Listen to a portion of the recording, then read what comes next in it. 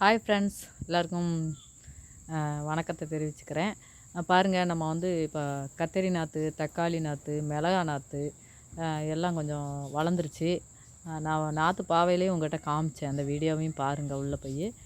இப்போ பாருங்கள், எல்லாமே வந்து நம்மளுக்கு வீட்டுக்கு தேவையான காய்கறிகள் வந்து கடையில் வாங்க தேவையில்லை. எல்லாமே நானே இங்கே வந்து ரெடி பண்ணிட்டேன். பாருங்கள், இப்போ நாற்று நட்டிக்கிட்டு இருக்கேன். பாருங்கள், எல்லா நாற்றும் கலந்து இந்த இடம் எங்களுக்கு வந்து இந்த இடத்துல தான் நட்டணும்னு சொல்லிட்டு ரெடி பண்ணி வச்சுருந்தோம். ஏன்னா உள்ளே எல்லாமே மகசூல் வச்சாச்சு. அந்த மகசூல் வச்ச இடத்துல வந்து இப்போ வந்து நட்ட முடியாது.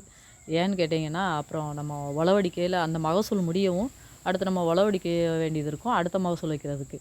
அப்போ இதையும் சேர்த்து உழவடிக்கிற மாதிரி இருக்குங்க. அதனால தான் சரி இந்த ஓரமாக இருக்கட்டுமே அப்படின்னு சொல்லிட்டு இப்போ ஓரமாக நட்டிக்கிட்டு இருக்கோம். பாருங்கள், நல்லா நட்டி முடிச்சுட்டு அப்படியே லைட்டாக தண்ணி ஊற்றினா போதும், தெளித்து விட்டாலே போதுங்க. அடுத்து நம்மளுக்கு சீக்கிரமாக நம்மளுக்கு இப்போதைக்கு எல்லாம் கத்திரி, தக்காளி, முருங்கைக்காய் எல்லாமே வந்து நம்ம தோட்டத்தில் இருந்து தான் நான் இப்போ குழம்பு வச்சிட்ருக்கேன் பறித்து.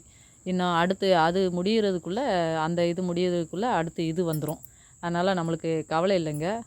பாருங்கள், நம்ம வந்து என்னென்ன காய்கறி தேவையோ வீட்டுக்கு தேவையான காய்கறிகள் எல்லாமே நாமளே ரெடி பண்ணி நட்டி வச்சுட்டு, இதுக்கு வந்து நான் மருந்தே அடிக்க மாட்டேன். 2வது மருந்தே அடிக்க மாட்டேன். இதுக்கு வந்து உரம் போடுறது வந்து எல்லாமே வந்து மாட்டுச்சாணம், ஆட்டுச்சாணம் தான்.